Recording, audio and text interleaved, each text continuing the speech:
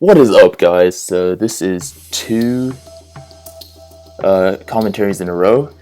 You will notice that the volume is not working, and that's because I just did this on the spot yet again. It was a perfect situation. I saw I was going against IraqiZorro, who you guys may know is the competitive laner for the top EU team, or one of the top EU teams, Gankstars Cerberus. And I was like, why not? I'm playing Apprentice Samuel, and no one really has an Apprentice Samuel video up yet, so I'm gonna do a ranked gameplay of Apprentice Samuel. And so here we go. I haven't played Samuel in a long time, but he's not a difficult character from what I remember, so hopefully this will go decently. Splashy is one of the best junglers I've ever played with. He always carries me, so I expect more of the same in this game. Iraqi also chose Gwen, which will make it way easier on me in the lane.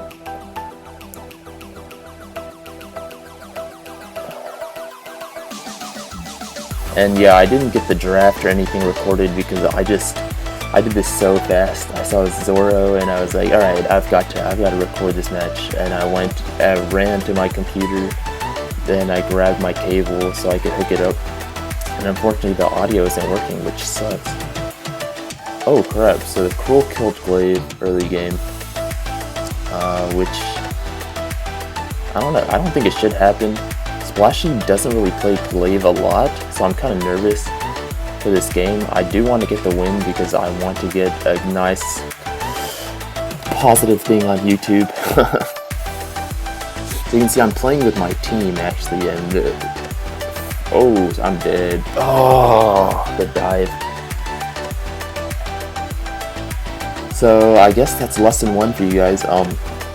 When you have a thick glaive, what the heck did I just say?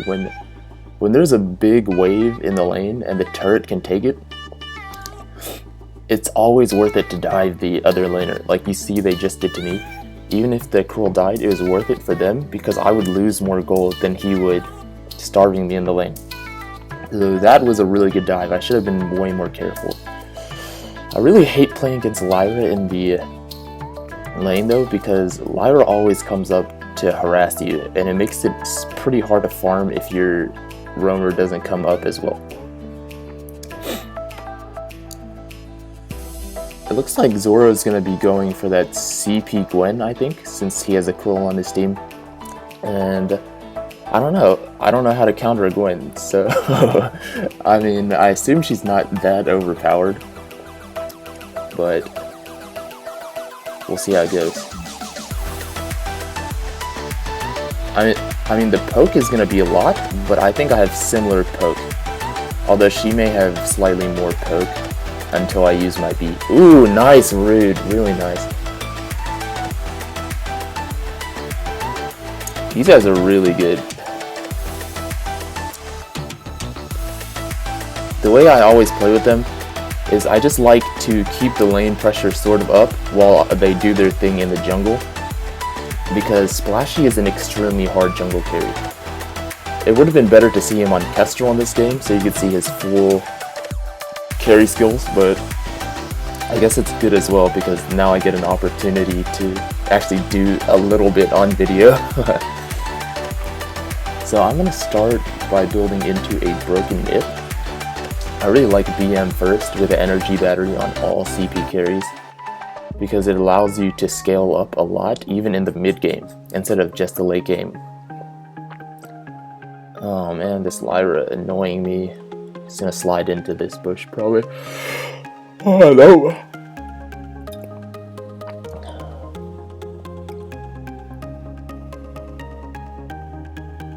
My CS is not that perfect, I will be honest, because I doubt that I'm a truly good Samuel. They're missing from lane. That's okay, Glaive's up here now. Oops, I missed a CS. I mean, as long as they can stay within 8 per minute, I'll be fine. Because their comp falls off pretty hard, I feel like. I highly doubt that Gwen is a late game carry. And so her skills are so simplistic, and they don't really seem like they have the opportunity to scale up a lot. It's just poke. They're in this bush. Oh, rip. I'm dead. I'm dead, dude. Oh, what a nice, whatever, knockback. I'm telling you, this Lance is one of the best supports. Oh, and a nice root. Oh, I'm stupid though. I should have just stayed back. Again, you see one of my main problems is just overextending for stuff. And I know I shouldn't, I just do it because I'm compelled to for some reason.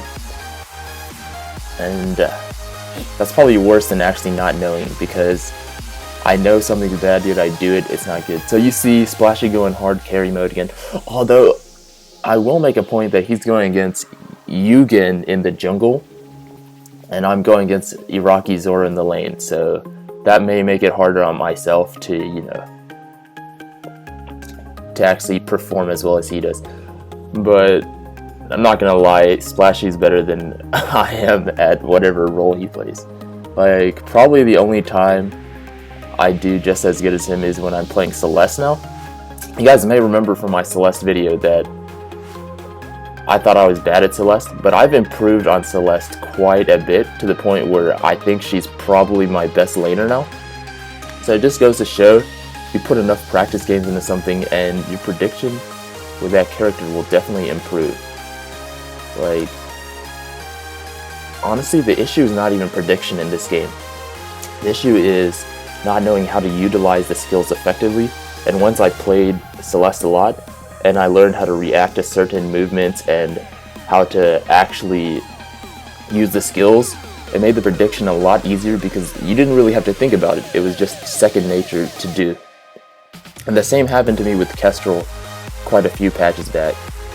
So I hope that's a lesson for you guys. Just practice the character a lot and you'll definitely become better. Like, there's nothing holding you back from not being good at a character other than practicing.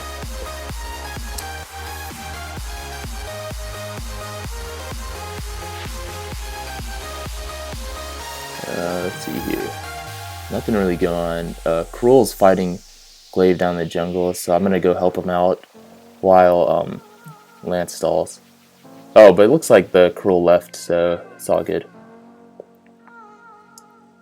66 in 830, but Zorro's farm is slightly worse than mine, so I'm still happy.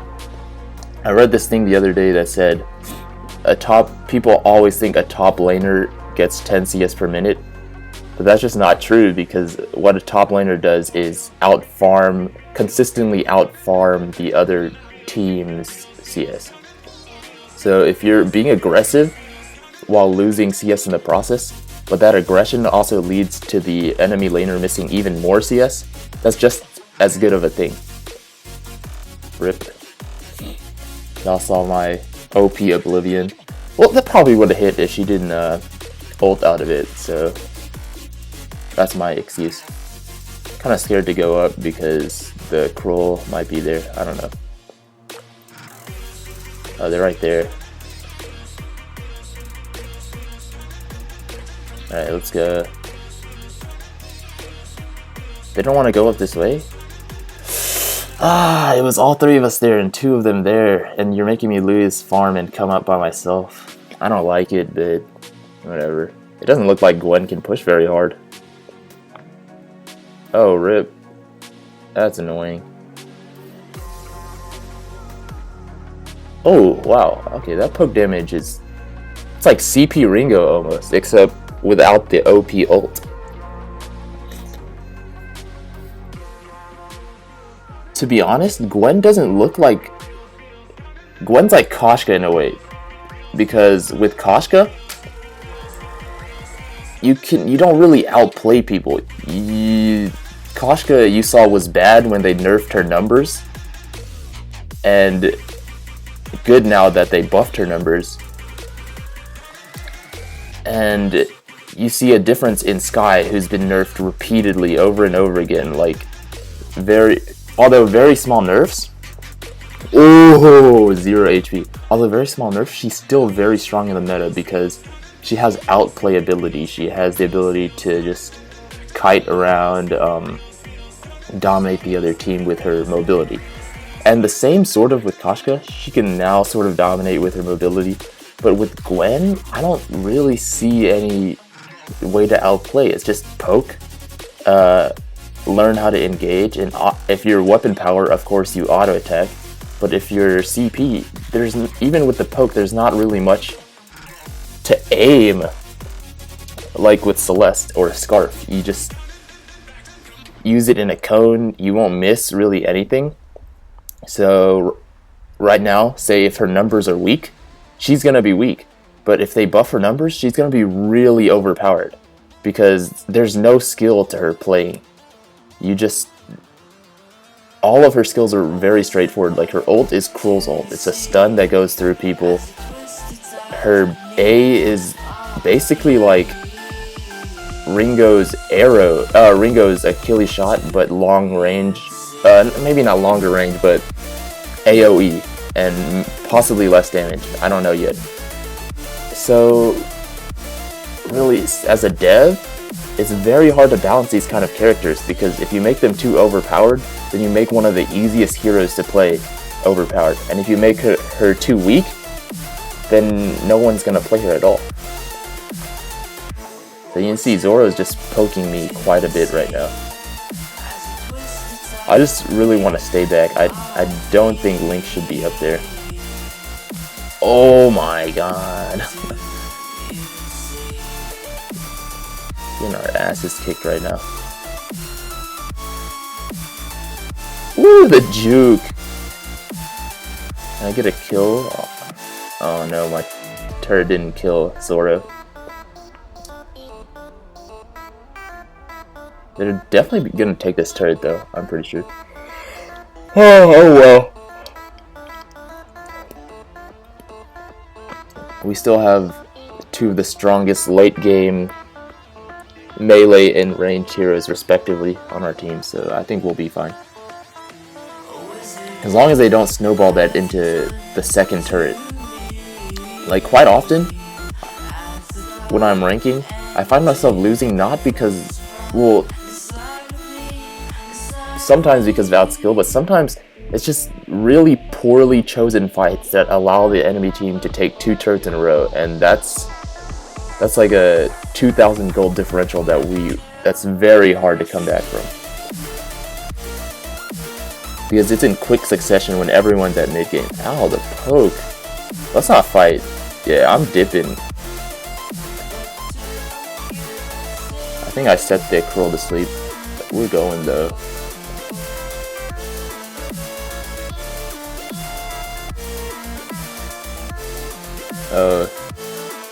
Gwen's on the glaive. But I can't rotate to help him. I need a port, TBH. Oh, they're doing gold mine. They're doing gold mine.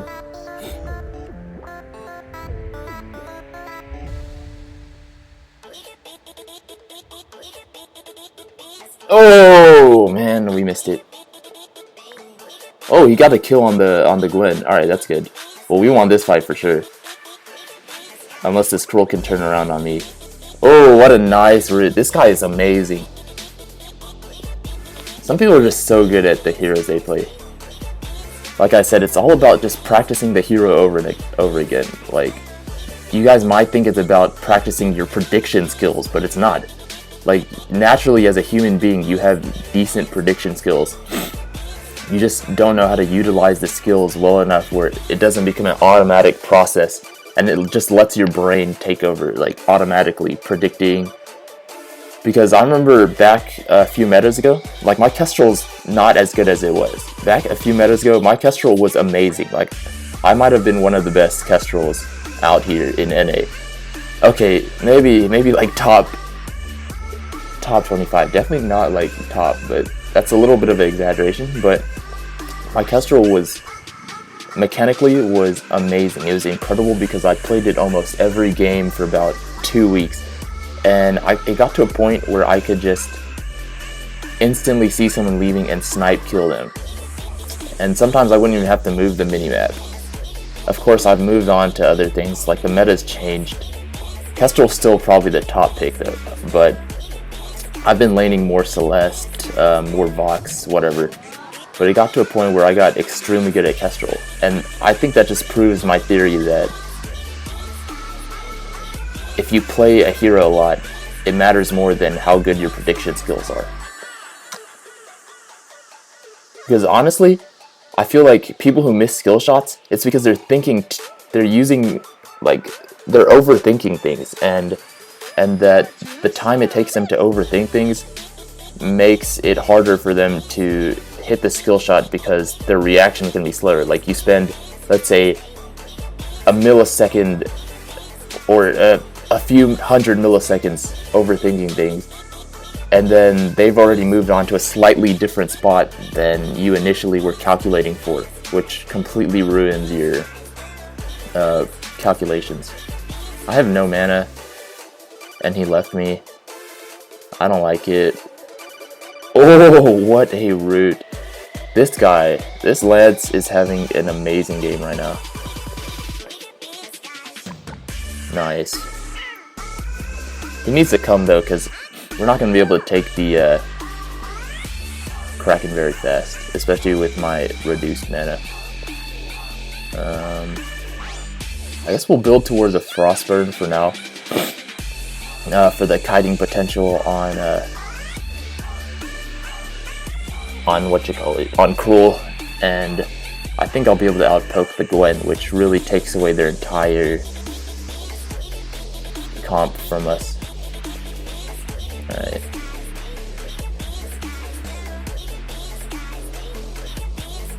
And I really need to go down and shop, I feel like. Gotta get that infusion. Oh, let's go help him. Jeez.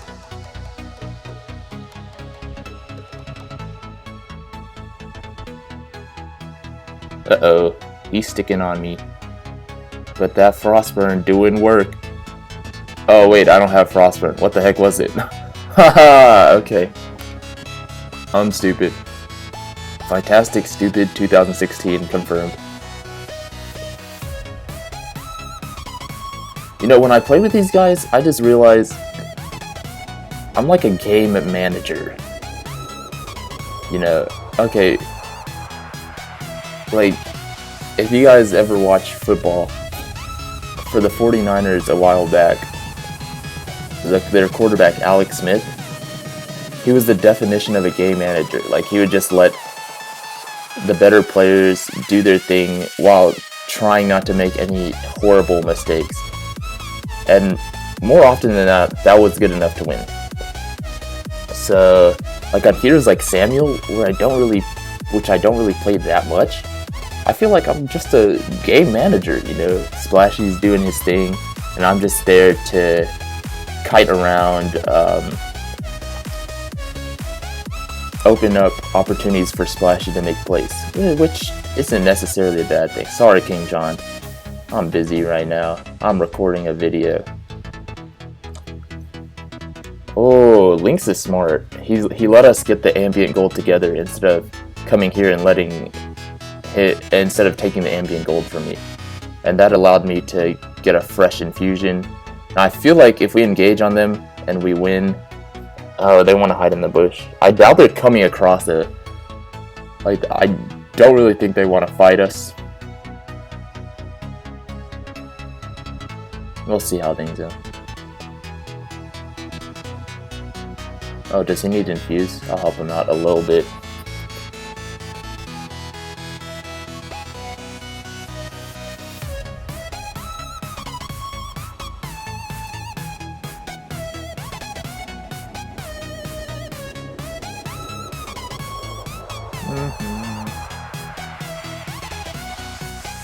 Oh, rip. Okay, this is GG. They fought in a choke point. They fought in a choke point with a Samuel. Wait, what the? Hello, Lance. Earth to Lance. Why did he leave us? He doesn't have what you call it? Oh, rip. I thought that was GG. Okay, that fight just went poorly because Lance left our side way too quickly. Like, I feel like he thought he could get the kill on Zorro, but he didn't, and then I don't recall if we got a fountain or not. Although he was in range to use it, so I assume he used it on himself, and then got super low, which makes things even worse. I'm not gonna go contest the Kraken by myself. Okay, so this is one mistake that some noobs make, and even we make in the higher tiers. When you're by yourself and you think there's an objective, more often than not, just let them take the objective. Unless you're something like Kestrel, where you can easily turn a 2v1, or Taco, where you can sneak in there. Let them have it and wait for your team to contest with you. And also, if you wait for them to contest with you, if they take it before that time period occurs, oh rip, this guy's sticky. When they take it before the time period occurs, then what you can do is you just take the Kraken, you protect the push, and you get a nice 500 gold. GG. GG. Oh. Let's just start Kraken. This Lyra's juking, it looks like. Juke me too. Oh, rip. It didn't let me kill steal. So you see, I'm 3, 2, and 8. Splashy's probably like, where's the Lance going? That's like 2 questionable calls in a row. But it's okay, this guy is such a mechanically good roamer.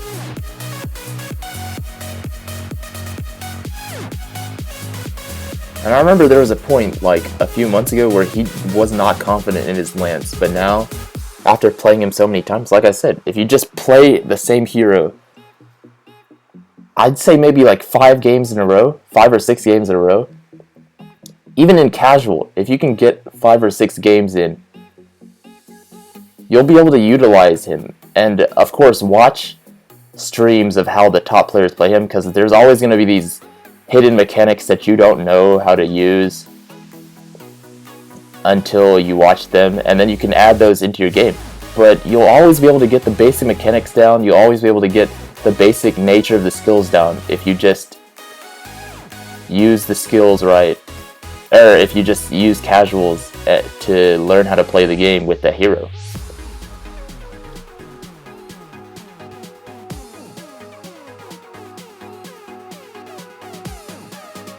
We want the kills. We want the kills. Rip. GG. So there you go. There's a video.